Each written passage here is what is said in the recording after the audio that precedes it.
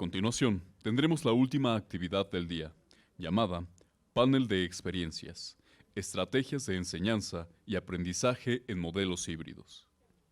Para esto, cedo la palabra a la doctora Liliana Suárez Telles, quien será moderadora de esta actividad. Por favor, doctora. Sí. Muchas gracias.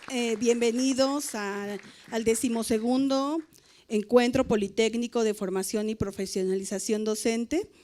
Y bueno, estoy aquí con 4 jóvenes profesoras, con los que vamos a tener un panel de experiencias denominado Estrategias de Enseñanza Aprendizaje en Modelos Híbridos. En este panel les voy a platicar rápidamente en qué va a consistir. Primero, voy a presentar a cada uno de nuestros apreciables invitados y leyendo una breve semblanza, y luego ellos van a tener la oportunidad de contarnos acerca de estas estrategias en modelos híbridos. Cuando ellos vayan exponiendo, ustedes tienen posibilidades de hacer preguntas. Cada uno expone, ustedes tienen tarjetas en las que pueden poner sus preguntas para cada uno de ellos, y al final vamos a tener una pequeña charla entre nosotros 4 donde yo voy a hacer las preguntas. Entonces, bueno, su oportunidad para hacer preguntas es en la primera parte durante las exposiciones, entonces, bueno, los invito a estar atentos para eso. Bueno, la primera profesora que va a participar es la doctora Citlali Araceli Vela, quien es profesora de la Escuela Superior de Comercio y Administración, Unidad Santo Tomás. Ella es egresada de la ESCA en esa unidad y se ha desempeñado en la iniciativa privada trabajando en las áreas de contabilidad, auditoría interna, costos, estados financieros y finanzas. Ella en 2009 entra a la Escuela Superior de Comercio y Administración en la Academia de Costos, en donde se ha desempeñado como presidente de academia en esa asignatura y en otras del área. Y bueno, se ha formado en el instituto por medio de cursos y diplomados, pero también ha tomado una maestría en comunicación organizacional y un doctorado en dirección organizacional. Desde 2011, la maestra Citlali pertenece a la red de los seminarios Repensar, donde ha participado en matemáticas, por supuesto, en economía, ha coordinado el seminario Repensar la Cultura Financiera y también ha participado en el seminario Repensar el Currículo.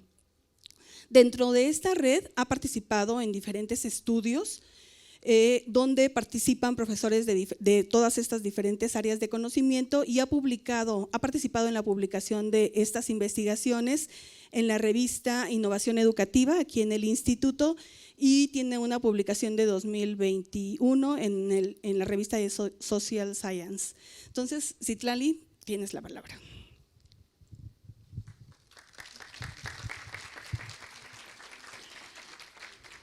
Voy a iniciar con 2 cosas. La primera, agradezco al instituto, a la DEFI esta oportunidad y a ustedes por ese caluroso aplauso. La verdad es que desde este lado se siente increíble, en verdad.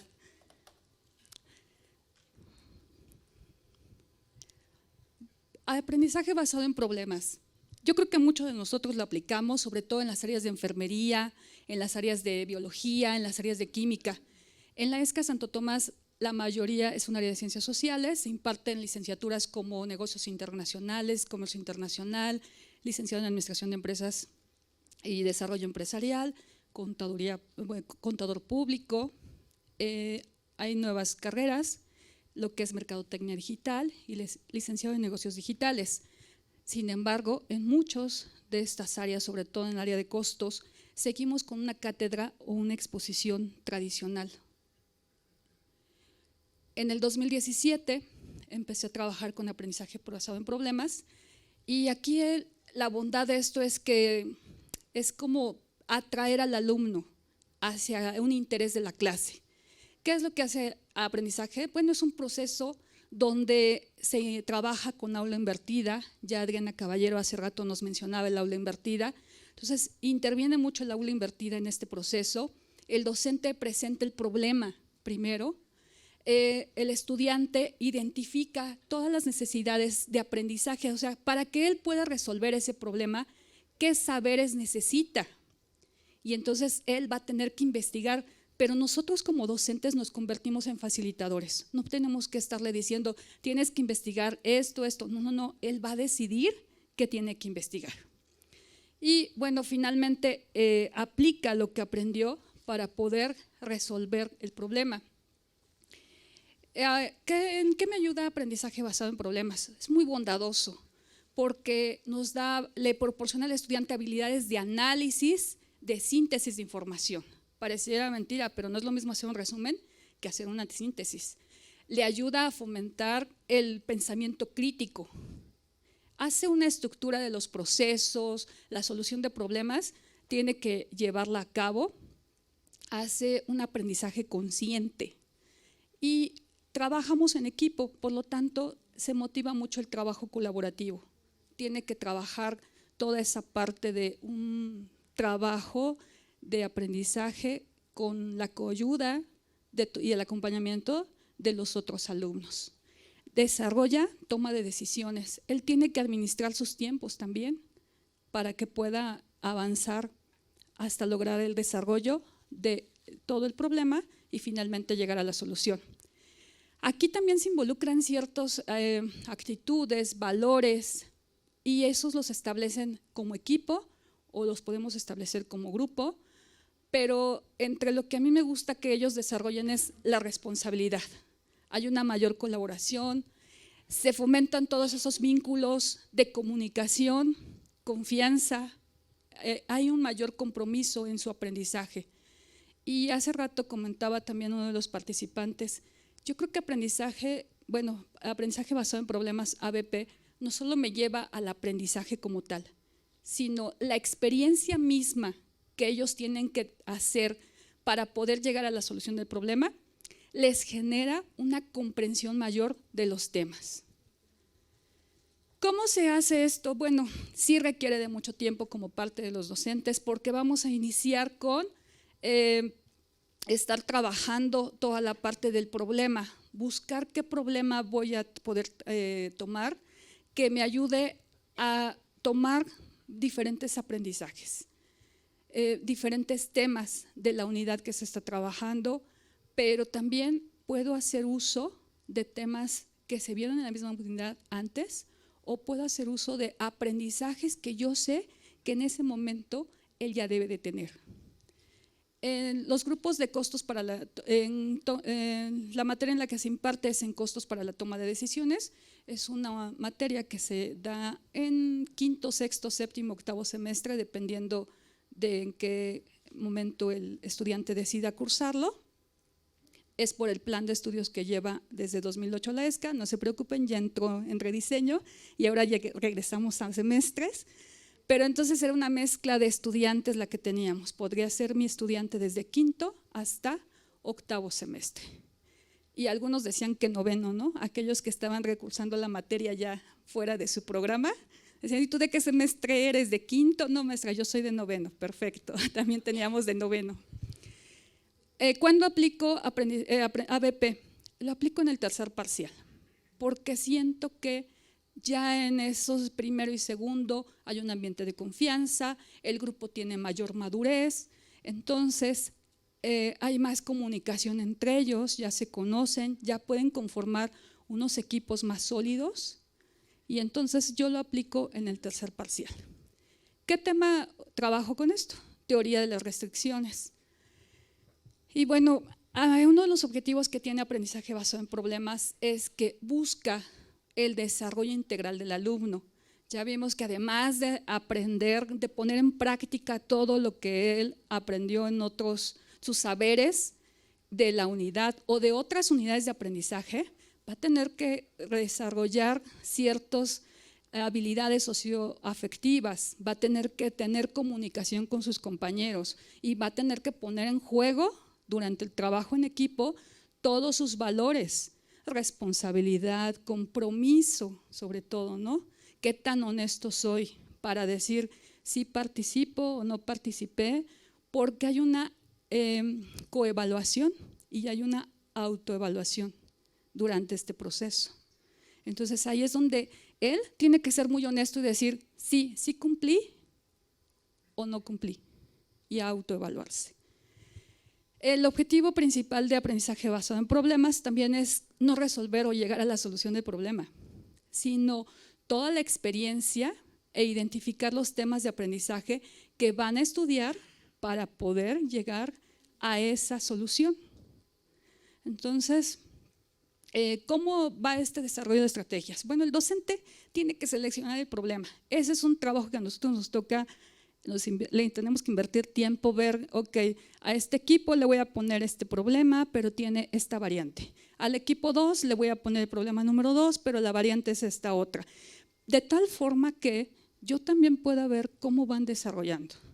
Y tengo el problema 1 para la primera fase que ellos resuelven, y cuando terminan muy rápido ya tengo el problema 2 que tiene un grado mayor de dificultad que el que le di la primera vez a ese equipo. Entonces hay que estar desarrollando muchos problemas para que ellos puedan resolverlos y con diferentes grados de variabilidad, ¿no? De dificultad. Hay que dar la instrucción de que ellos conformen sus equipos. En ESCA Santo Tomás normalmente son equipos grupos de 50 alumnos, por lo tanto los equipos los formo de 5, aunque esta técnica se puede hacer de 5 a 8. Y bueno, al estudiante yo les dejo, ustedes formen su equipo como quieran, trabajen con quien más confianza le tienen y ellos pues ya revisan el problema que les asigné. A cada equipo yo les entrego un problema diferente totalmente, pero ojo, abordan los temas. O sea, aunque sea diferente, el problema que les estoy presentando tiene que cumplir con mi programa. Nosotros nos convertimos en unos facilitadores. El estudiante decide qué investigar, y aquí es donde entra el aula invertida, porque en ese momento ellos se desconectan de la clase. Si es aprendizaje híbrido, ellos se desconectaban de la clase, ellos investigan y ellos me dicen cuándo creen que ya van a tener listo lo que investigaron para poderlo revisar. Expone el problema, el estudiante expone el problema y presenta su avance de investigación. Como estábamos en ambientes híbridos, teníamos 1 hora por Zoom, entonces lo que hacía era dividir 3 equipos, te toca de 15 minutos a cada equipo y 5 minutos para dudas, algo parecido al panel, pero era en Zoom. Y en esta parte de su exposición, los otros equipos estaban escuchando. Cuando ya llegábamos al turno del siguiente equipo, decían, ya de mi compañero del equipo 2 ya aprendí esto, entonces ya vi cómo lo puedo resolver. Me había equivocado, lo había tomado desde otro punto de vista, me voy a apoyar con parte de lo que el otro equipo ya expuso. Nosotros como docentes durante esa exposición hay que realizar preguntas detonadoras para irlos guiando si va o no va bien su exposición. Y en el caso de que el equipo haya avanzado de manera que lleve ya la solución del problema, bueno, ya le asigno cuándo va a presentar la solución a su problema. Hay que tener una agenda. Aquí yo les muestro un ejemplo así básico de mi agenda y ya les iba diciendo, equipo 1 tengo tal fecha, equipo 2, según cómo vayan avanzando, los íbamos colocando. Ellos deciden en qué momento van a poder establecerlo. Por ejemplo, el equipo 6, bueno, fue de los que más se atrasó. Y entonces va cambiando de color porque ese es mi control. Y bueno, el azul es que es el primer problema. El otro color ya es cuando ya le asigné al otro equipo, ya va con el segundo problema, ¿no? Y así sucesivamente. ¿Qué utilizan de TICS? Bueno, ellos utilizan Zoom, utilizan Drive para compartir los documentos. Yo también puedo acceder a esos documentos para ver cómo van sus investigaciones. Compartió la información a través de Google Classroom y ellos utilizan todo lo que son videos, artículos de la red, libros electrónicos, podcasts. Es increíble cómo ellos están trabajando con el podcast, más que con un video. Ellos me tocó ver que el podcast era su solución porque dice, voy en el metro, voy en el autobús y voy escuchando el podcast y yo ya voy investigando del tema. ¿Cómo se evalúa? Autoevaluación. Cada uno debe de evaluarse. ¿Qué hizo y qué no hizo?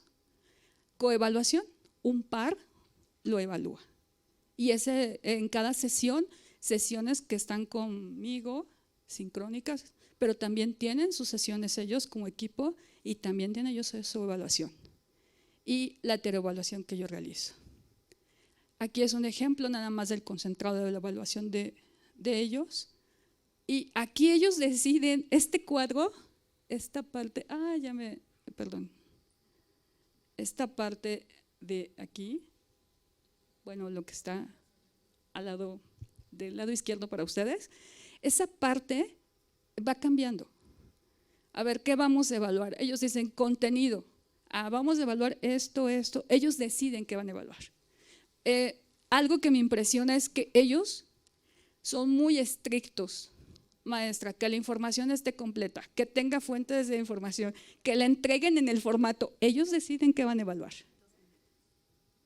Y esta es la de ya el concentrado de su autoevaluación, ellos deciden. ¿Cuáles son los resultados? Yo observo un mayor compromiso para su aprendizaje y hay una comprensión de los temas. Los lleva a una experiencia que al menos ellos dicen que no han llevado con otros docentes, pero es por el tipo de licenciatura, ¿no? Ciencias sociales. A ellos los veo más motivados, están interesados. Muñoz Poli dice, si hay interés, es que hay una emoción. Y si hay una emoción, entonces me van a mover para hacer varias cosas. Al realizar las sesiones de 1 hora, bueno, ellos tienen que presentar sus avances y se sienten más comprometidos porque saben que esos minutos son dedicados a su equipo, son dedicados a ellos y no forman parte de todo el grupo.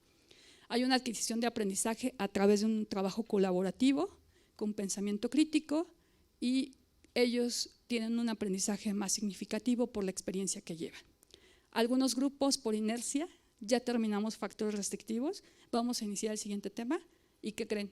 Ya están ellos listos para seguir trabajando con aprendizaje basado en problemas, y yo los dejo.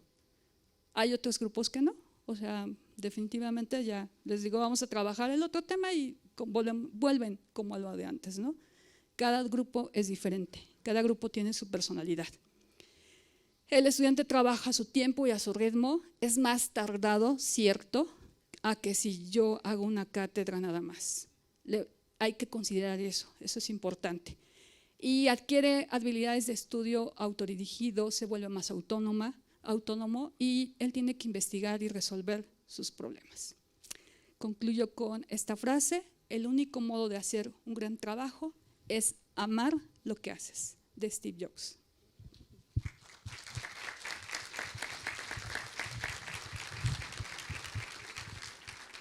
Muchas gracias, profesora. ¿Hay alguna pregunta para este tema tan interesante que es el aprendizaje basado en problemas en costos? Bueno, a mí lo que me deja esta presentación es que realmente el profesor se tiene que volver en un estratega, ¿no? Tiene que hacer el diseño, pero esa no es sola su responsabilidad, sino tiene que asegurarse de que funcione. Y para eso tiene que tomar decisiones a lo largo, pues, de la aplicación. Por ejemplo, cuando decide qué parte del problema darle a cada uno o cómo acordar la evaluación. Realmente son muchas las actividades, por eso a veces no queremos meternos en estas nuevas formas de enseñar de manera activa para los estudiantes, porque sí que se vuelve activísimo para el lado del profesor, para los dos lados, pero para el profesor sin lugar a dudas es una gran responsabilidad. Yo tengo una pregunta, Citlali, ¿cómo se escogen los mejores problemas?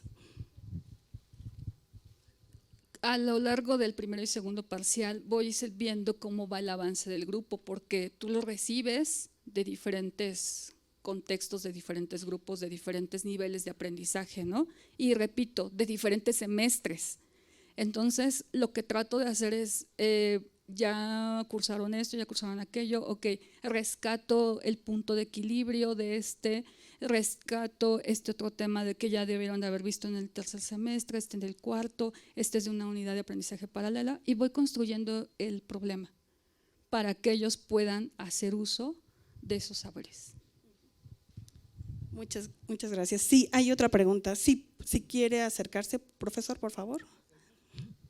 Para que puedan escucharlo nuestras sedes foráneas, necesita… plantee su pregunta. Ajá. La pregunta que tengo es, ¿cómo evalúa la calidad del aprendizaje de cada alumno? Porque es común que dejamos trabajos colaborativos y en lugar de colaborar se reparte el trabajo. Y la otra es precisamente eso. Uno, cómo se evalúa la calidad de aprendizaje de cada alumno y cómo se evalúa el trabajo colaborativo. Es decir, no el resultado, sino cómo colaboraron. Gracias. Profesor, pregunta acerca de la evaluación. ¿Cómo, si el trabajo es en equipo, se puede evaluar individualmente? Y finalmente, ¿cómo se evalúa la colaboración? Gracias. Justo esta parte es la que nos ayuda a lograr eso, porque esto es una autoevaluación, pero también tenemos la coevaluación. Entonces, ellos dan sus criterios, no sé, ellos establecen sus criterios que van a evaluar. Sí procuro que revisen contenido, forma, valores, porque ellos van a establecer aquí qué evaluar. De ellos, yo, ¿cómo lo hago? Cuando presentan o hacen la exposición, tienen que trabajar, yo tengo que hacer esta parte. Igual, llenar por alumno cada uno de estos trabajos. Cuando están presentando sus avances, por alumno, pues por equipo, se trabaja por equipo, por eso trabajo 3 equipos en una sesión. Tengo que estar viendo qué me contestó, oye, y lanzar esas preguntas detonadoras, porque con eso puedo ir viendo. Te das cuenta como docente quién es muy bueno para hablar, porque expresó todo, pero también quiero ver si el otro investigó. Oye, y esa parte, ¿qué autor lo tenía? ¿En qué autor lo encontraste? Y se queda en blanco. Entonces, él no investigó. Él solo está siendo el portavoz del equipo. Entonces, pero eso se va con todo este contenido que ellos van desarrollando y que yo también voy desarrollando con ellos. Sí hay mano negra, ¿por qué? Porque ellos están viendo muy blandos para formar estas características de evaluación, estos elementos de evaluación. Oigan, ¿y qué pasó con los valores? ¿Qué valores vamos a meter? Ah, sí es cierto, maestra, la responsabilidad. Oigan, o sea, voy viendo qué les va faltando. Es aquí donde nosotros tenemos que ser más facilitadores y lejos de estar en un área de confort, porque ya sé qué es lo que voy a dar en la clase, el tema que voy a dar en la clase ya lo sé. No, tengo que estar atento a los cambios, al entorno, al contexto, si están los chicos en ese momento en la clase, si están atentos, que tengo que estar muy al pendiente. Muchas gracias. Vamos a pasar con la segunda y ahorita regresamos a las preguntas para todos los participantes. Bueno, pues del área de ciencias sociales nos vamos al área físico-matemáticas y para eso tenemos un egresado del CSIC 9. Sí, Irving es profesor, muy joven. El maestro Irving Eleazar Pérez Montes es egresado del CSIC 9. Es ingeniero en control y automatización por la ESIME y tiene una maestría muy interesante en fuentes renovables de energía y eficiencia energética. Ha laborado en diferentes empresas de tecnología, desde microempresas hasta transnacionales, como la empresa alemana Siemens. En 2011 comenzó un proyecto propio de empresa donde desarrollan proyectos de innovación tecnológica, tanto en organizaciones públicas como privadas. En 2014 comenzó a dar clases en el CSIC 9, pero también ha sido profesor invitado de la ESIME y de la UACM, la Universidad Autónoma de la Ciudad de México. Es fundador del Club de Robótica del CSIC 9 y gracias a este liderazgo ha ganado diferentes certámenes nacionales e internacionales y se va con su equipo de estudiantes a Tailandia a finales de este mes, ¿no? Bueno, pues bienvenido Irving y bueno, esperamos tu presentación. Gracias, maestra. Gracias. Pues bueno, quisiera agradecerles su aplauso y comenzar con una pregunta. Realmente, ¿cuál es el objetivo de nuestra labor como docentes? ¿Qué tipo de profesionistas queremos crear, queremos ayudar a que surjan? Cuando yo egresé de la universidad, hace ya algunos años, en 2007, entré a trabajar en una empresa transnacional llamada Siemens, que es alemana. Entré a un programa de becarios donde competí con 20 alumnos de diferentes escuelas, tanto públicas como privadas, y me di cuenta de las deficiencias que también yo tenía como egresado del Politécnico. En la parte técnica muy fuerte, muy sólido, pero en las otras partes, como por ejemplo la comunicación, por ejemplo trabajar en equipo, de verdad que había pues, muchas deficiencias. También en la parte de, por ejemplo, cómo plantear y liderar un proyecto. A partir de ahí, pues bueno, fui aprendiendo, fui pues también capacitándome. Esta empresa me ayudó mucho, estuve ahí varios años, como 4 o 5 años. Y posteriormente, ya con pues, algo de experiencia en el ramo de la tecnología, decidí crear una empresa, donde también me di cuenta que hacía falta algunas otras habilidades como liderazgo, saber obviamente de temas administrativos, entre otros muchos. Entonces, a todo esto la pregunta sigue siendo, ¿qué tipo de profesionistas queremos formar? Y yo me quedo con una frase que todos sabemos del Politécnico, de nuestra alma mater, a la cual yo amo y quiero mucho y atesoro, la técnica al servicio de la patria. El lema lo dice, la técnica al servicio de la patria.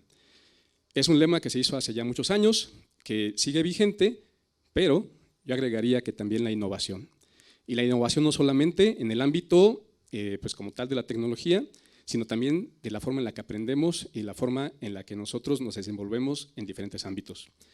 Es por eso que en 2014, como ya comentaron, yo entré a trabajar al CECIT 9 por diferentes motivaciones, una de ellas justamente compartir un poco de la experiencia que yo ya tenía para ese entonces. Y gracias a un alumno, porque no fue idea mía, se conformó un club de robótica, del cual yo no tenía ni idea, o sea, yo de robótica no sabía lo mismo que de cocinar quizás, no sabía nada. Sin embargo, a mí me invitaron porque quería nada más a alguien que lo representara como docente y tuve esa gran fortuna, ¿no? Y bueno, aquí estoy, después de ya 7 años de esta gran aventura.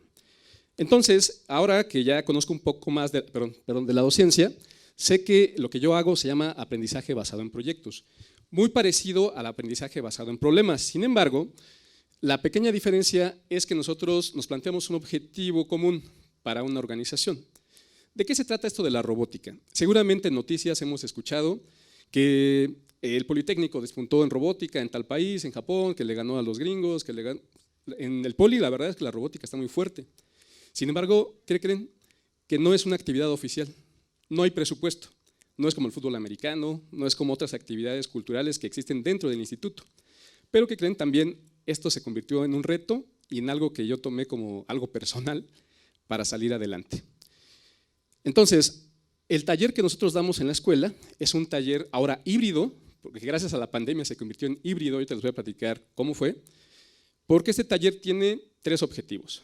El primero de ellos, captamos a los alumnos de nuevo ingreso, a los más que podemos.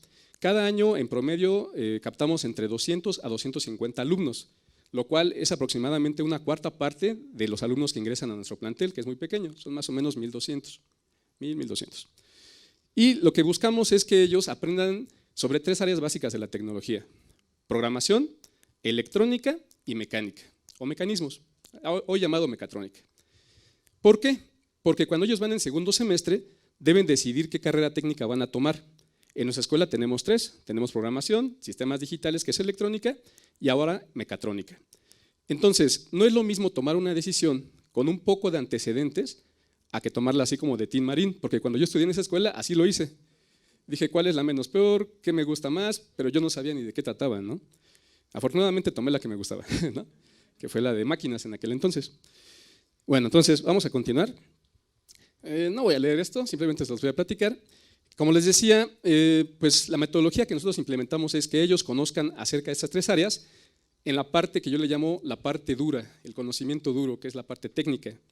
Sin embargo, a través de algo llamado concursos de robótica, planteamos el que ellos desarrollen también habilidades blandas, como cuáles: comunicación, trabajo en equipo. Ahorita vamos a hablar de cómo formo los equipos o cómo ayudamos a conformar equipos, porque esto es un reto, ¿eh? De hecho, de eso depende el éxito de todo. Si solamente dejamos a que ellos eligen a sus amigos, a su novia, novio, no sé, lo que tengan, ¿no? Y entonces no funciona. Eso ya lo he experimentado. También hemos hecho equipos de puras mujeres, de puros hombres o híbridos, y les voy a platicar qué he encontrado ahí, cosas muy interesantes. Bueno, entonces, ¿cuál es el otro objetivo? El otro objetivo, además de que ellos aprendan un poco de tecnología, que desarrollen habilidades blandas, es también que compitan contra otros institutos. ¿Por qué? Nosotros tenemos hacia adentro del Politécnico en el nivel medio superior concursos como por ejemplo los concursos interpolitécnicos, los cuales son bastante buenos, tienen buen nivel en áreas como matemáticas, el área humanística, ¿no? en todo. Sin embargo, creo que también vale la pena que los alumnos se den cuenta que el poli no lo es todo, que hay un mundo más allá.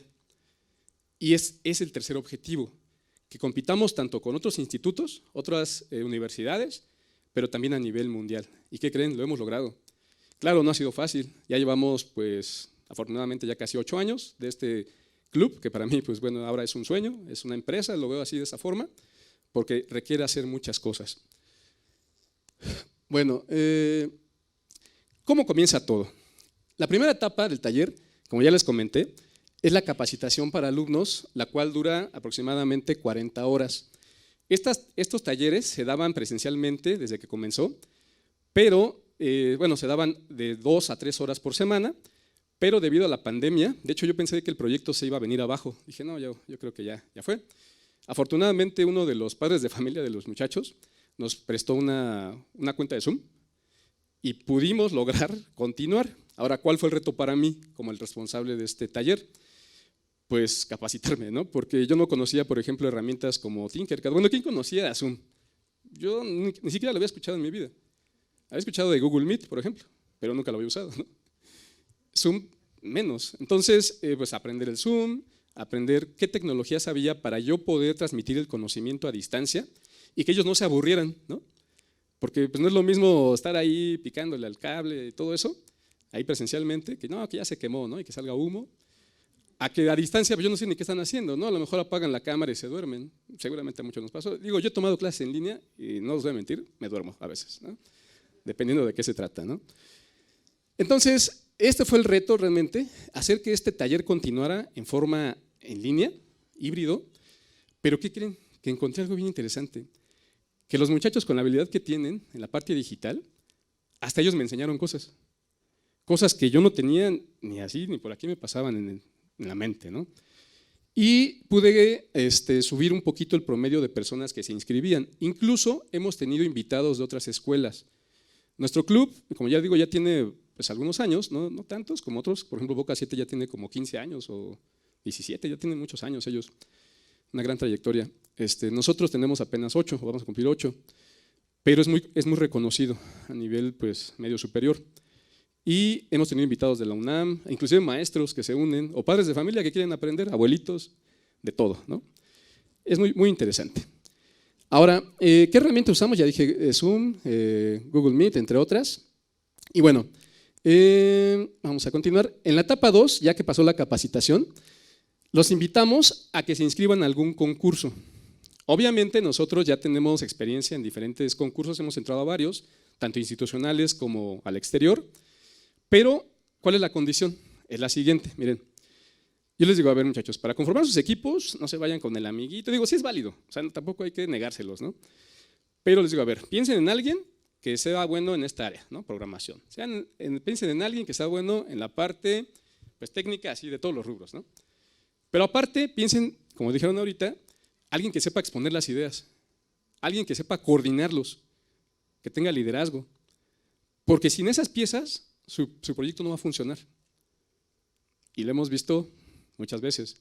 ¿Cuántas ideas buenas no se han ido a la basura o se quedan en el tintero por no haber unas personas que hagan esa parte, ¿no? Pero viene otra más interesante todavía. Se preguntarán, bueno, y si no hay presupuesto, ¿cómo funciona esto? Nada más para que se den una idea, en 2019 tuve la fortuna de hacer el primer viaje internacional con este club. Fuimos a Houston, Texas, fuimos 20 personas, dos profesores, una profesora, un profesor, o sea, un servidor, 18 alumnos. Esta campaña costó un poco más de 600,000 pesos. ¿Cómo conseguimos? No me pregunten, historia para otro foro.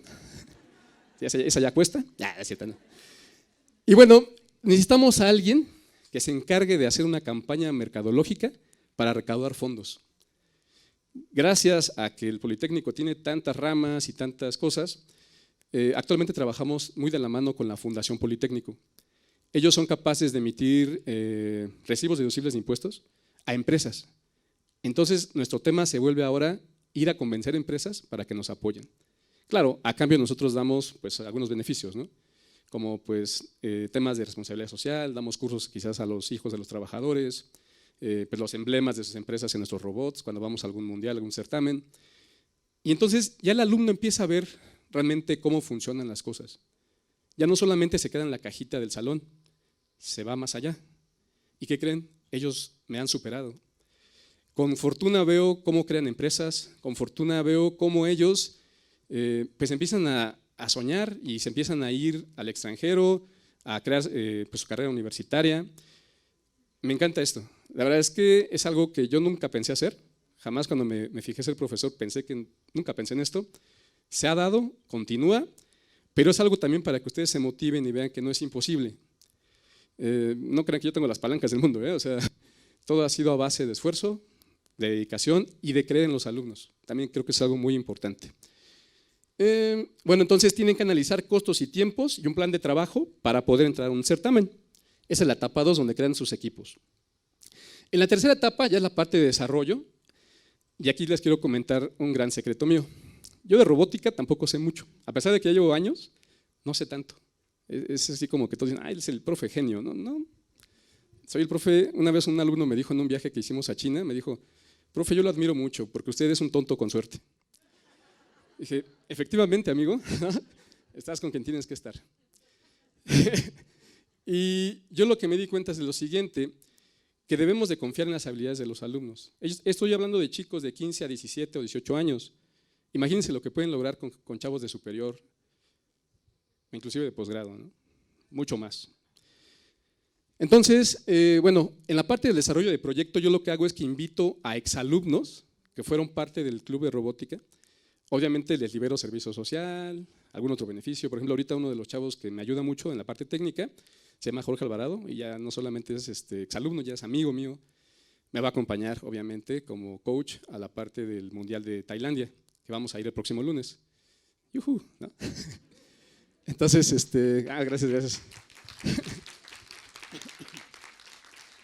Bueno, entonces, en esta etapa no solamente es importante desarrollar el robot, sino también en muchos de los concursos lo que se evalúa es algo llamado el libro de ingeniería o también llamada bitácora. Un problema que tenemos como politécnicos es que muchas veces no nos enseñan o no aprendemos a expresarnos de forma oral y de forma escrita, bien importante. No es por nada, pero he visto, no es que yo sea un genio ni un experto en ortografía, pero he visto doctores que tienen faltas de ortografía. Eso no es posible, tenemos que mejorar eso. He visto personas, que ahorita pues a lo mejor podríamos decir, bueno, es válido, ¿no? Que, pues sí, o sea, se meten en este tipo de concursos y no tienen ni lo básico ni el inglés. Y los chavos, la verdad es que se dan cuenta y dicen, híjole, yo no sé inglés y no me gusta, pero ya me di cuenta que lo necesito. Ya no es que los forcen, ya es que se dan cuenta que es una herramienta importantísima. Sí, ya estoy por cerrar. En la última etapa, que es la parte 4, es cuando ya nos vamos al concurso. Generalmente son concursos de etapa nacional y después si ganas el primer lugar te vas al mundial. Este sería nuestro tercer mundial. Igual hemos buscado financiamiento, apoyos para lograrlo. En esta ocasión, lamentablemente, de un equipo de 8, solo pudimos ir la mitad, 4. No me pregunten cómo elegí, fue una cosa muy difícil elegir a los que iban, porque pues todos queremos ir, ¿no? Pero bueno, les digo, eso ya cuesta, ¿no? Eso es para otro foro. Y bueno, ¿qué tengo en conclusión?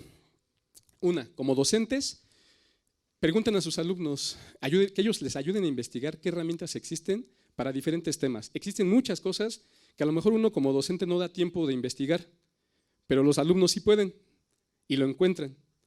Entonces, y bueno, y más aún, pues que les enseñen, porque a mí me han enseñado mucho mis alumnos, quizás más de lo que yo he aprendido, de los que ellos han aprendido de mí, ¿no? Y bueno, también, por ejemplo, en nuestro caso hemos usado softwares y también cosas como novedosas, como saber imprimir en 3D, cortar en láser y cosas así que yo tampoco sabía y que un alumno que su papá trabajaba en eso nos enseñó. Y bueno, finalmente lenguajes de programación como Java, Python, C. Para los que saben un poco de esto, bueno, sabrán que son cosas como básicas, pero bueno, aquí se aprende, ¿no? ¿Cómo se evalúa? Obviamente hay una evaluación a final de cada competencia del desempeño de cada uno.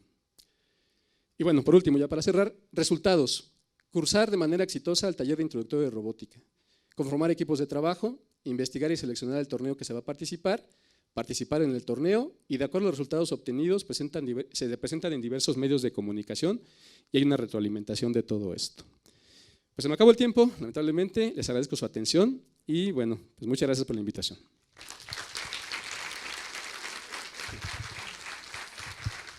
Muchas gracias, Irving. Muchas gracias. Un placer conocer de tu proyecto. ¿Hay alguna pregunta para el profesor Irving? Sí.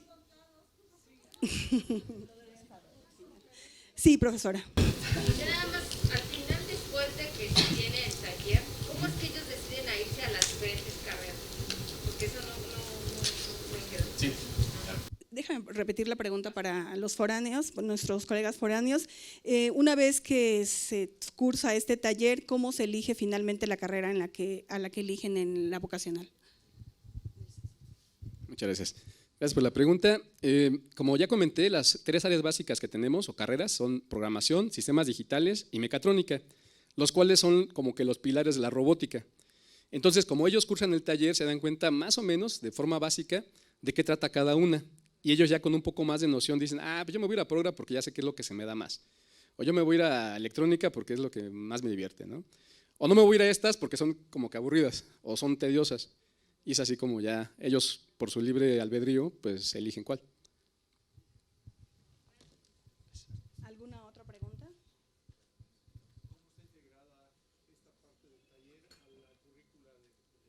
Me ganó la pregunta el profesor Mario. Sí, ¿cómo está integrado la forma en cómo se diseña este taller a la currícula de las carreras en el CECIT? Excelente pregunta. En realidad no está integrado. Es una parte como paralela. Puede entrar el que quiera, o sea, es libre desde primer semestre, o se puede unir inclusive yendo ya en sexto. Pero algo que está bien interesante es que recibimos chavos de las 3 carreras, cuando ya están en su carrera técnica, de las 3 carreras, y esto ha hecho que esto se enriquezca muchísimo. Y bueno, ahorita ya tenemos la carrera de mecatrónica y nosotros tenemos un laboratorio que no existía, se creó en 2019 y en ese laboratorio también se va a cursar algunas materias de mecatrónica. Entonces digamos que como es una como colaboración, es como un emprendimiento, yo lo veo así interno de la escuela, pero en realidad no pertenece a las materias, ¿no? Es algo paralelo. Algo que quiero comentar importante, en esta escuela las personas o los alumnos viven bajo mucho estrés por el mismo nivel de la escuela. Y el club les ayuda a veces a, como olvidarse un poco, ¿no? De, me voy a relajar y voy a convivir con mis amigos, porque hay un buen ambiente, un ambiente como pues, cordial, ¿no? Muchas gracias. Vamos a pasar con nuestra tercera invitada. Y pues primero el área de ciencias sociales, después físico-matemáticas, ahora nos vamos a un área interdisciplinaria. La profesora Macaria Hernández Chávez viene de la Unidad Politécnica Interdisciplinaria de Ingeniería Campus Hidalgo. Bienvenida, Macaria. Y voy a leer algunos generales de ella. Macaria es doctora en Ciencias de Materiales y profesora de tiempo completo de la UPI. Es miembro del Sistema Nacional de Investigadores y pertenece a varias redes, la red de computación del Instituto Politécnico Nacional, donde participa en el grupo de cómputo educativo y cibernética. También pertenece a la red LATE y es miembro de la Organización for Women in Science for the Developing World de la UNESCO y en la unidad es coordinadora del Club de Realidad Virtual y Aumentada en la UPIP. Me parece muy interesante mencionar que la doctora Macaria se ha certificado como mentora en ciencias para una sociedad inclusiva y productiva de la British Council e Innova Consultancy y mentora en el programa de educación para el desarrollo de emprendedores de la Escuela de Salud Pública T.H. Chan de la Universidad de Harvard en colaboración con el gobierno de Hidalgo, Citnova y Hidalgo Lab.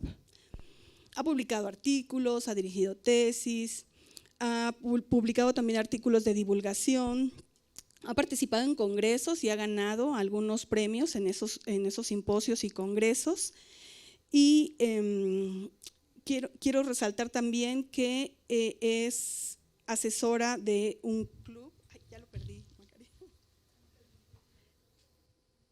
Bueno, ella nos va a platicar ahorita, ella también es asesora de un club de estudiantes, ¿verdad? Sus áreas de interés son tecnologías emergentes, desarrollo de aplicaciones en realidad aumentada, realidad virtual, videojuegos como recurso de enseñanza-aprendizaje, educación 4.0, vinculación con la industria 4.0, ciencia de los materiales, metalurgia y química. Y bueno, entonces ahora le cedo la palabra para que nos cuente de esa estrategia.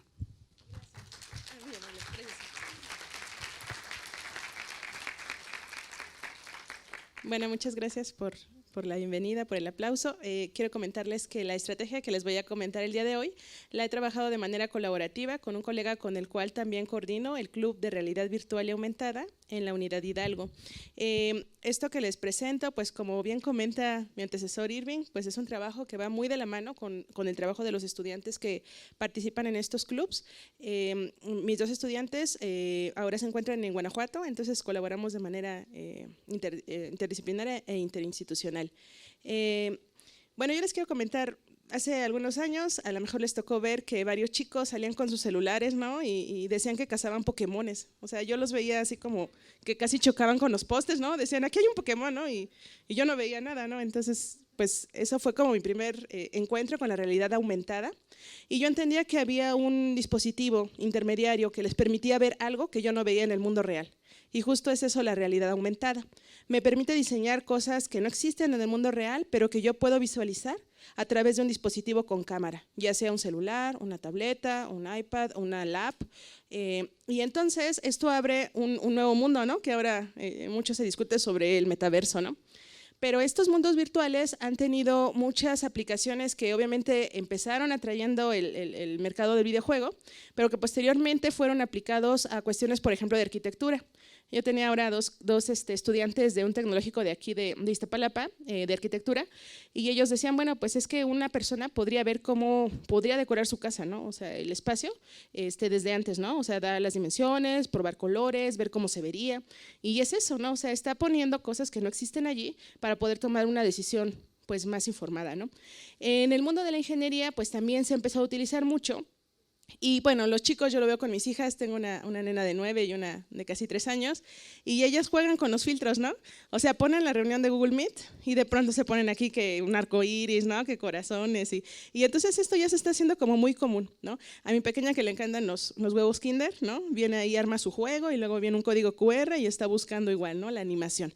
Entonces, ya es como muy común. Sin embargo, dentro ya de la parte ingenieril, pues tiene otras aplicaciones, ¿no? O sea, otros cuestiones que son importantes, por ejemplo, para la cuestión médica. O sea, imaginemos ahora en pandemia, ¿no? Era mucho la parte de los estudiantes de enfermería o de medicina que decían, bueno, y esta habilidad, ¿no? Que yo tengo que tener con el bisturí para alguna cirugía o algo, pues ¿cómo la voy a poder adquirir si estoy de manera virtual? Por poner un ejemplo, ¿no? O ahora en el marketing o cuando viajamos ya podemos ver códigos QR por todas partes, podemos obtener información. En la parte empresarial, como comentaba Irving, es muy importante, ¿no? O sea, ahora los robots, la parte de la industria 4.0 utiliza mucho esta información, todo ya está cargado simplemente con códigos que ellos pasan por medio de tabletas y pues en la ingeniería no somos la excepción. También les voy a hablar de otro concepto un poco similar al anterior, que es realidad virtual. Esto también es diseñado, es creado, pero nosotros podemos interactuar con ese mundo a través de sensores que se encuentran ubicados, ya sea en lentes de realidad virtual, que nos aíslan totalmente del mundo, o por medio de controles, mandos que tenemos en las manos y nos permiten tocar objetos de manera virtual y tocar, ¿no? Entre paréntesis, porque pues realmente no está esa sensación, pero lo estamos visualizando, ¿no? Nos ponen audio, nos ponen algunas animaciones y podemos sentirnos dentro de otro mundo. En nuestro caso, bueno, nosotros vimos como una estrategia el poder implementar el desarrollo de estas aplicaciones haciendo pues obviamente un diseño instruccional de lo que necesitamos en cada asignatura, considerando que para 2021, imagínense, teníamos el 91.8% de usuarios, teníamos un smartphone. O sea, ya más del 90%. Y derivado de la pandemia, pues como bien comentaba la doctora Caballero hace un momento, pues todos empezamos a comprar, ¿no? Que el iPad, el celular para el hijo, porque cada quien se conectaba. Y entonces fue un boom de tecnología. Entonces vimos pues que ahora iba a ser más sencillo que todos lo pudiéramos usar de alguna manera. Sin embargo, hay otras herramientas tecnológicas que actualmente, bueno, durante la pandemia llegaron equipamientos a varias escuelas de ingeniería del instituto, donde pues contamos ya con otro tipo de interfaces que podemos utilizar, un poco más, pues más inmersivas. Ahorita les voy a platicar un poco de esto. La metodología, bueno, básicamente independientemente que vayamos a hacer algo muy sencillo en realidad aumentada para un celular, digo muy sencillo porque a lo mejor no es todo un laboratorio, un juego completo, ¿no? A lo mejor obedece a una necesidad de un tema. Yo ahorita les voy a platicar yo lo que he encontrado en mi aula, que he necesitado y que a lo mejor alguien diría, pero es muy sencillo, sí, muy sencillo, pero el chico no lo ve, ¿no? Entonces, yo tengo que hacer obviamente un diseño CAD, eso lo tengo que hacer forzosamente, hay mucho software gratuito y hay licencias gratuitas que me permiten hacerlo. Posteriormente, pues sí necesito aplicar texturas a mis diseños, utilizo un software libre que es Blender y posteriormente yo puedo decidir si lo voy a usar para un celular con realidad aumentada o lo voy a poder portar en algún lente de realidad virtual y puedo usar, por ejemplo, Visual Studio. En todo esto, lo que va incluido es utilizar un motor gráfico como Unity 3D. Hay muchos tutoriales sobre cómo usar Unity, o sea que te enseñan desde cómo animar una esfera. Y entonces ya después tú puedes echar a volar tu imaginación y irle agregando, ¿no? Un poco más. Hay otros motores gráficos muy profesionales como Unreal, pero pues no está tan documentado, ¿no? Al público. Y ya dependiendo si lo voy a usar para un celular tipo Android o para, a lo mejor para Mac, ya puedo utilizar algunos otros, ya sea Android Studio o algún compilador diferente. Este diagrama de flujo lo incluimos en un artículo que publicamos de este desarrollo. Este tema que les voy a platicar ahora tiene que ver con ingeniería en sistemas automotrices. Nosotros notamos pues, que hay chicos que llegan sin saber pues, nada sobre el sector automotriz. Entonces, cuando uno en cuarto semestre les empieza a hablar de termodinámica, de un motor de 4 tiempos, de un ciclo Otto, pues los chicos realmente pues no saben, ¿no? Cuáles son las partes del motor o cómo eso lo contextualizan, ¿no? en el sector ingenieril. Entonces, lo que hicimos fue hacer como un módulo de un laboratorio virtual automotriz donde ellos pudiesen desarmar y armar un motor. Adicionalmente, pues podían buscar información de las partes, cómo se llaman, para qué sirven y cómo se metía la termodinámica allí. Entonces, este desarrollo pues, pudo ser utilizado por los estudiantes por medio de los lentes de realidad virtual y también por medio de sensores infrarrojos, ¿no? Que les permitía a lo mejor no solamente usar un casco, ¿no? Si es que no lo tenían a la mano, sino simplemente los sensores y ver sus manos dentro de la pantalla y con los movimientos de sus manos tocar los objetos y armar. Entonces, esto fue de mucho apoyo para los chicos que obviamente no tenían conocimientos de cómo armar o desarmar un motor durante, pues no solo la pandemia, ¿no? Ahora en un escenario híbrido, pues sirve como una precapacitación para optimizar el tiempo dentro de un taller, porque como decíamos, a veces tenemos grupos de 50, ¿no? Y no les puedo dar un motor a cada uno. Entonces, pueden entrenar los que lo consideran necesario y optimizar ese tiempo que van a estar en el taller. Esto lo documentamos por medio de un manual interactivo que lo que le permite al estudiante es que tenga pues, todo el rigor científico que requiero por la materia, pero que tenga estas animaciones para que él pueda complementar pues, la interacción de las piezas que puede ir ahí ver modeladas tridimensionalmente y que las texturas nos ayudan a verlo como pues si fuese muy real, ¿no? Las animaciones, el motor en funcionamiento, los pistones moviéndose. Entonces, esto fue muy atractivo para ellos. ¿Por qué? Pues porque creo que es el mundo digital en el que actualmente viven inmersos, ¿sí? Tuvimos oportunidad de desarrollar este laboratorio y probarlos con los chicos, con la intención, ahí ustedes ven que el chico trae el lente y los mandos y está viendo sus manos dentro de lo que está en la computadora, que es un taller mecánico, y entonces él con los botones pues puede hacer el gesto para poder tomar, puede tomar por ejemplo, no sé, una biela, ¿no? Y ponerla en el cigüeñal y acomodarla y poder colocar otra parte más, ¿no? Entonces él de alguna manera busca la manera de ensamblarlo. Ajá. Obviamente se ayuda, ¿no? Ya está programado para que se puedan pues obviamente colocar las piezas de manera ideal para que se pueda armar, ¿no? No está tan a detalle como para tener tornillos, tuercas, ¿no? O sea, simplemente el orden en el que los debe de ir colocando.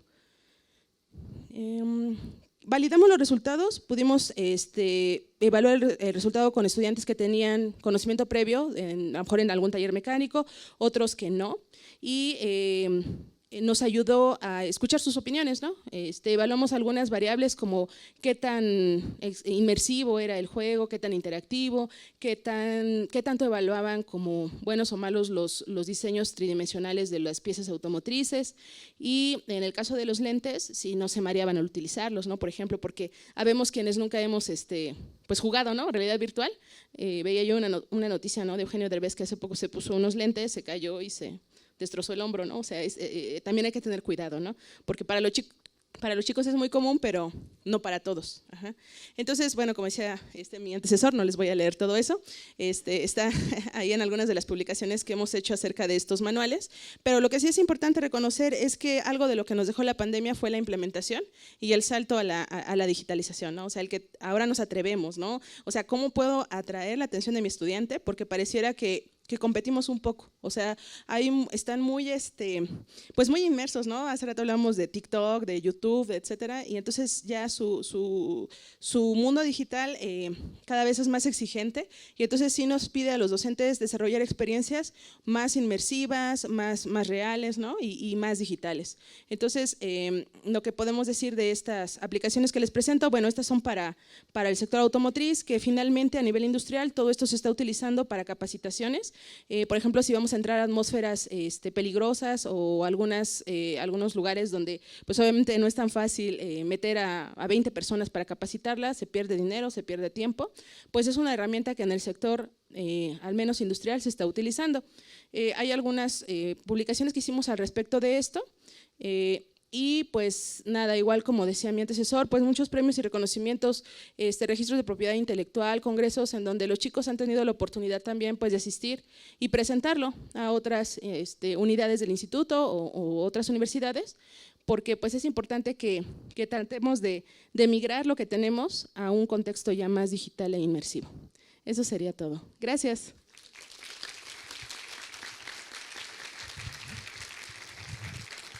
Muchas gracias, Macaria. Bueno, ¿hay alguna pregunta para la profesora Macaria Hernández? Sí. De antemano, felicidades.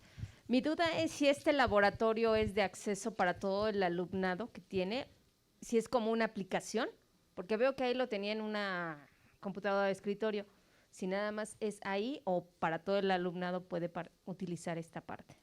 Correcto, gracias. Bueno, la intención de nosotros fue desarrollarlo, ya lo registramos por parte del instituto. El registro ante autor ya nos llegó afortunadamente y ahorita lo que estamos haciendo con los estudiantes es ya subirlo a la Play Store para que cualquier persona lo pueda utilizar. Esa es la intención, que todos lo puedan utilizar. Sí. Doctora, ahora, ¿cuál es el paso siguiente para que los alumnos que ya tuvieron esa experiencia inmersiva, vamos a decir, con una pantalla donde el medio o el objeto de aprendizaje es plano, es 2D, y ahora presentarles el motor, el monobloc, las piezas ya físicamente para que hagan el paso siguiente de la realidad virtual, permítanme la expresión, a la realidad real? ¿Qué sigue? ¿Cómo vinculan esto?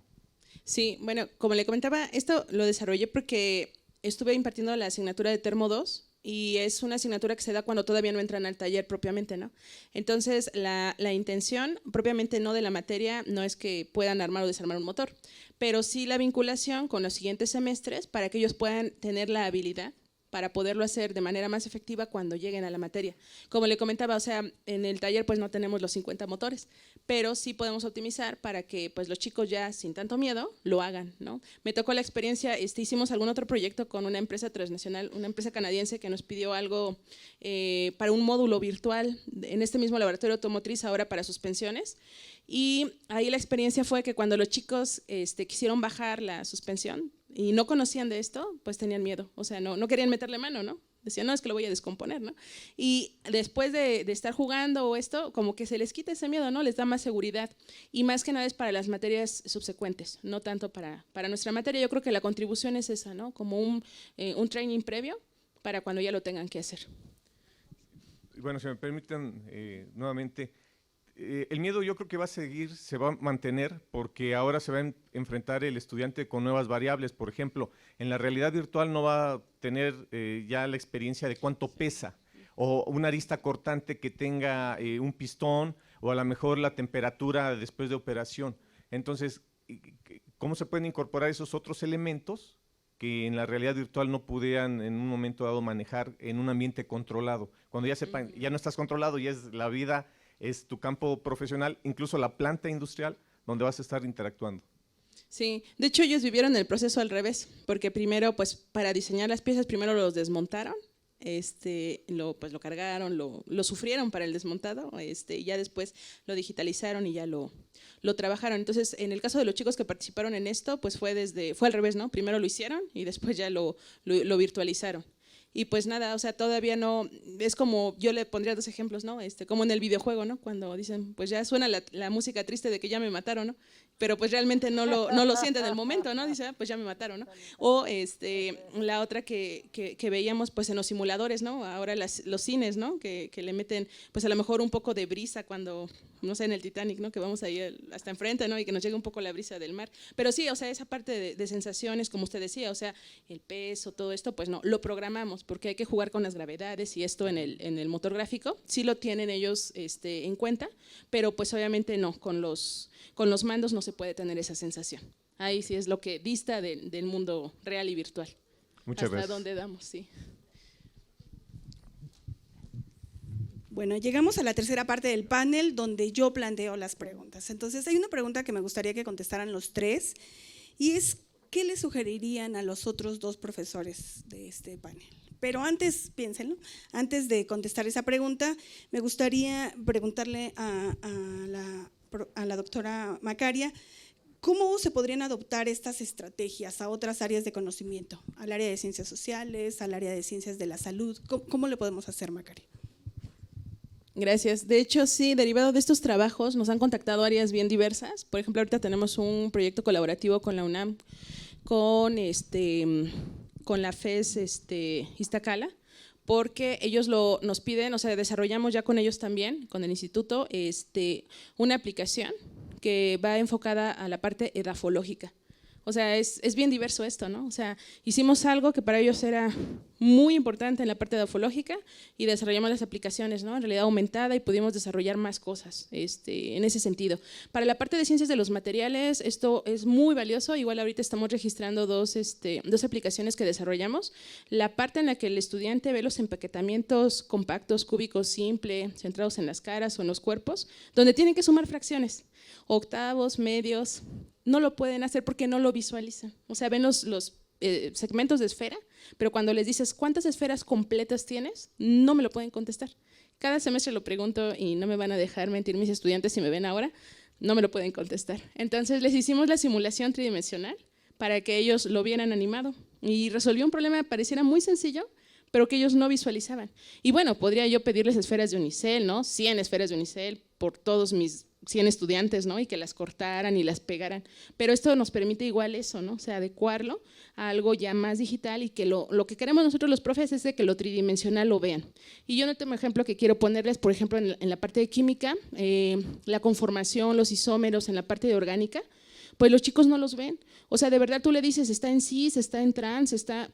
Pues no, o sea, en un pizarrón plano ellos jamás lo van a ver y pueden ver el video donde el youtuber favorito de química lo plasma igual en un pizarrón, pero sigue siendo 2 dimensiones, ¿no?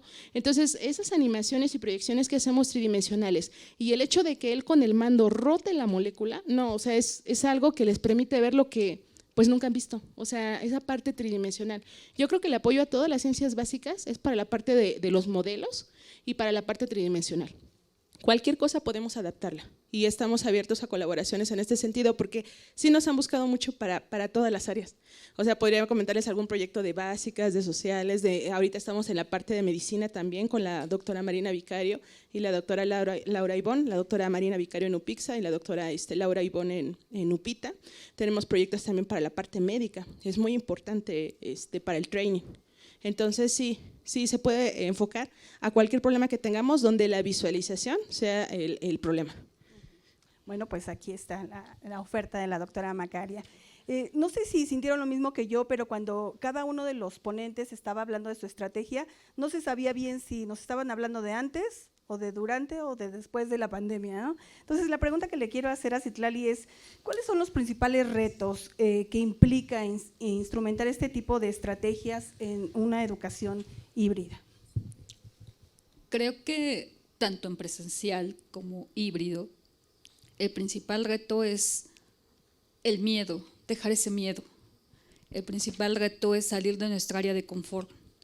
Hace un momento les comentaba que diseñaba el problema, pero en un inicio, cuando esto era en presencial, el problema lo traía un empresario, dueño de una pyme, llegaba al salón y les exponía qué problemas tenía.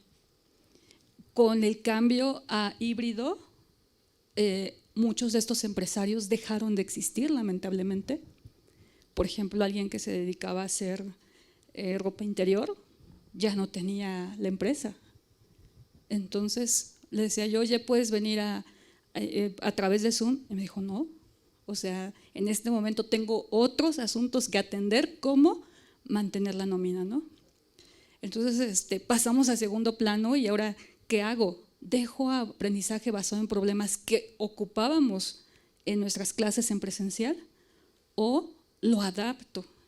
Y ahí es donde se cargó el trabajo de, como con esa batería de problemas que en algún momento tuvimos, de problemas reales, ahora tomarlos. Sí hubo un empresario que me apoyó y después estaba muy contento él porque su solución que le dieron los chicos fue ventas en línea, ¿no? Dijo, ¿qué hago? Cierro mi empresa, tengo tanto presupuesto, si voy a poder vivir 3 meses. Entonces sí tuvo que hacer recorte de personal, fue parte de las soluciones que ellos dieron. Y la otra es, empieza a trabajar ventas en línea. Entonces ahora vende en línea sus productos, no es su fuerte, pero sí le abrieron esa solución. Muchas gracias. Bueno, una pregunta para Irving también. ¿Qué necesita un docente, no tan joven como tú, sino como nosotros? ¿Qué necesita un docente para llegar a implementar más estrategias innovadoras en escenarios de educación presencial o híbrida? Qué buena pregunta, ¿eh? Fíjate que a mí el que me motivó a ser docente fue un docente. Fue un maestro que me dio clases en el último año de la carrera, el profesor Cándido Palacios, si sigue vivo, porque no sé si sigue por ahí. Pues él me invitó a formar parte de un proyecto para mi tesis, un proyecto en el cual sí se implementó una empresa. Y creo que lo que más me marcó de él fue que creyó en mí. Creo que eso es lo único que hace falta, que alguien crea en ti, a que te motives a hacer algo. Eso es todo. O sea, ¿por qué? Porque así como él creyó en mí, yo creo en mis alumnos. Y gracias a Dios, pues todo ha salido bien, ¿no? Y bueno, obviamente tratar de ayudarlos. Uno nunca lo va a saber todo. Eso creo que, así tenga la edad que tengas, nunca lo vas a saber todo. Pues escucharlos, porque muchas veces nos cerramos a querer saberlo todo y no debe ser así. Los más jóvenes también tienen conocimientos nuevos que nos pueden enseñar. Entonces es creer en ellos, pero también tratar de ayudarlos con lo que uno sabe y escucharlos para aprender. Buena recomendación, muchas gracias, Irving. Y bueno, pues mi primera pregunta, a ver, ¿qué le recomendarían a los otros participantes de la mesa para mejorar aún más los proyectos? Si quieres comenzar, por favor. Sí, bueno, a mí me gustaría adicionar a la pregunta que nos plantea la doctora Liliana, bueno, ¿qué nos recomendaríamos también como docentes, no? Porque pues finalmente somos docentes, ¿no? Creo que es lo que nos tiene en común a los colegas que están conectados de forma virtual, a los que estamos aquí presenciales. Yo creo que algo que nos haría falta a todos, considero de lo que nos comenta, por ejemplo, Irving, aprender esa parte que dice, ¿no? Aprender a buscar, a tocar puertas en el sector privado, porque a veces tenemos ideas que sí requieren un financiamiento importante, ¿no? Y pues muchas veces, pues no alcanza, ¿no? Entonces sí tenemos que aprender esa parte que nos dice él, que sería otro curso. Eso es importante. Y segundo, yo creo que es importante no tener miedo a esto, ¿no? Aunque no lo conozcamos. Muchas veces dijo Irving, es que mis estudiantes saben más de lo que yo sé, ¿no? O sea, yo creo que te sorprenden cada vez que logran algo, ¿no? Y dices, ¿y cómo lo habrá hecho? Y creo que es algo de lo que nos pasa mucho a nosotros, ¿no? También concuerdo con lo que hace un poco Irving al dirigir un club, pues sí trabajas con chicos en un ambiente pues bien padre, o sea, realmente es un ambiente muy bonito y se hacen cosas que hace rato preguntaba Mario, ¿no? Pues cómo va con la retícula, ¿no? Pues es que no, o sea, no existimos como una parte para el presupuesto de la institución y tampoco pues como parte de las materias, ¿no? Es un extra. Entonces todos ponemos el extra, los chicos con su compromiso, con su trabajo, y como dice Irving, pues creyendo en lo que están haciendo, y nosotros también, porque pues sí a lo mejor le restamos tiempo a la familia o otras actividades, porque pues esas 40 horas, por ejemplo, de capacitación que él mostraba, pues también nosotros las tenemos que trabajar con ellos, extra a las materias que impartimos. Entonces yo pienso que a todos nos haría falta igual aprender, o sea, dejar de tener miedo y aprender cosas nuevas. O sea, no importa si yo soy de un perfil diferente, porque como leía la doctora Liliana, pues a lo mejor no es mi perfil, ¿no? Pero, por ejemplo, ahora pues busqué oportunidades con el British Council, ¿no? No solamente para certificarme como mentora, porque yo siento un gran compromiso al trabajar con los chicos, es algo delicado y sí necesitamos capacitación extra.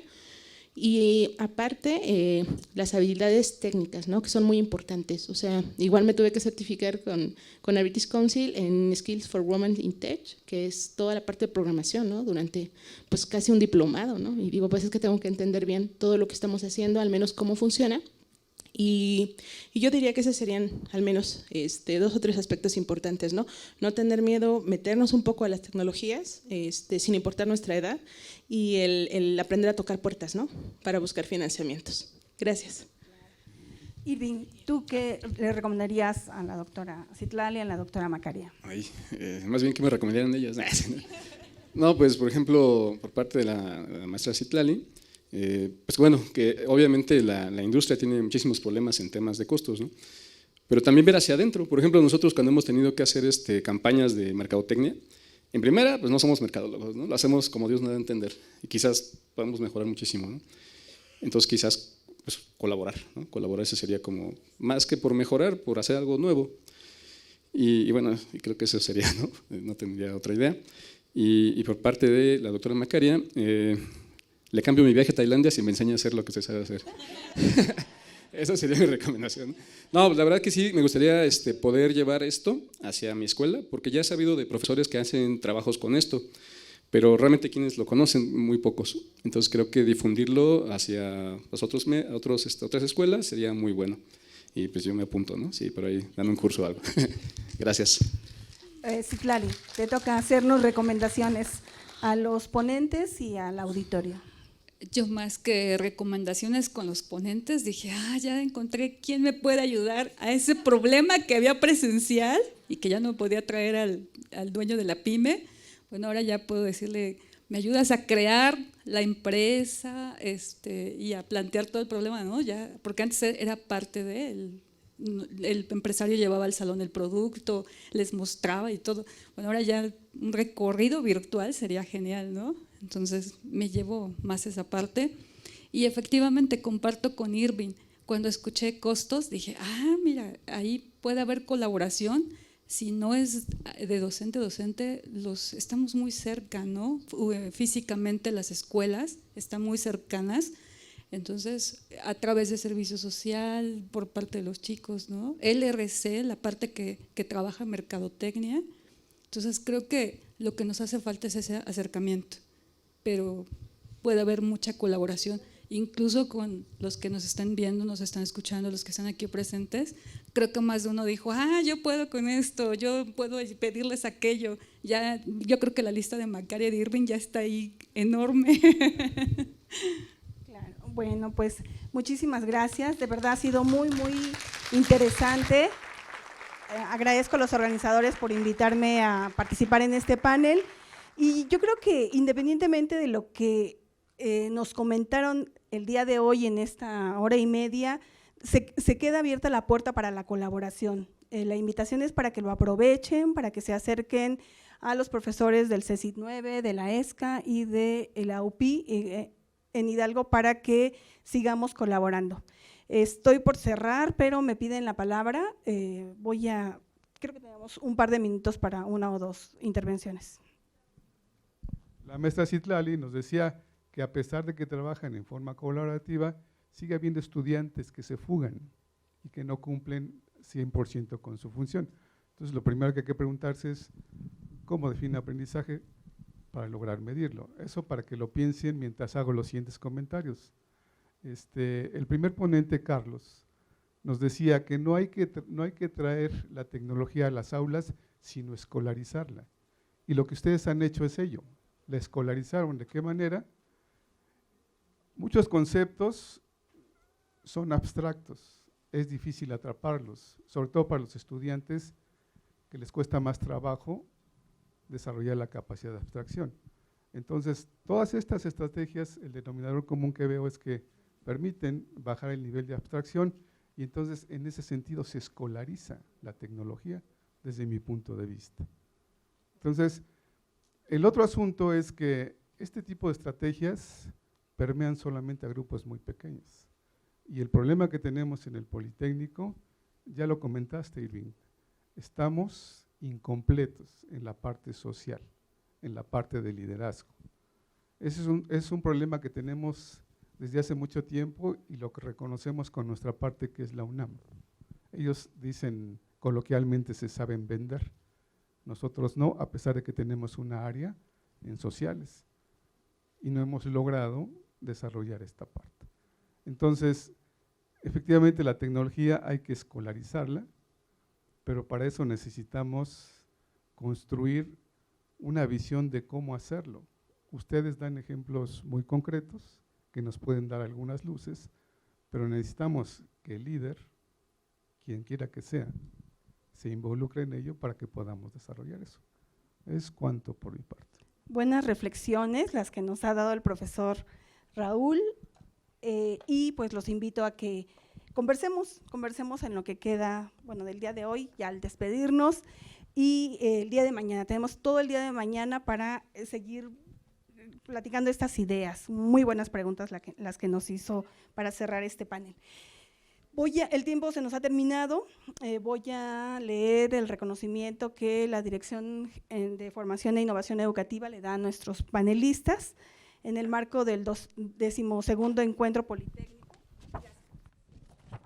En el marco del 12º Encuentro Politécnico de Formación y Profesionalización Docente, el Instituto Politécnico Nacional, a través de la Dirección de Formación e Innovación Educativa, otorga la presente constancia a Citlalia Araceli Vela Ibarra, Irving Pérez Montes y Macaria Hernández Chávez por su participación como ponentes en el panel de experiencias, estrategias de enseñanza y aprendizaje en modelos híbridos en el 12º Encuentro Politécnico de Formación y Profesionalización Docente, Educación Híbrida, una mirada prospectiva de la práctica docente, celebrado el 15 de noviembre de 2012.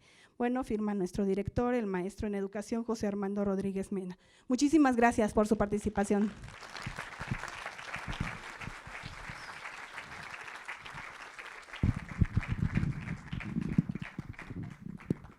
Damos gracias a los ponentes por compartir su experiencia con nosotros. Me permito ahora hacer entrega de la constancia a la moderadora de este panel, misma que leeré a continuación. El Instituto Politécnico Nacional, a través de la Dirección de Formación e Innovación Educativa, otorga la presente constancia a Liliana Suárez Telles por su participación como moderadora en el panel de experiencias, estrategia de enseñanza y aprendizaje en modelos híbridos, dentro del 12º Encuentro Politécnico de Formación y Profesionalización Docente, Educación Híbrida, una mirada prospectiva de la práctica docente, el día 15 de noviembre de 2022, la técnica al servicio de la patria.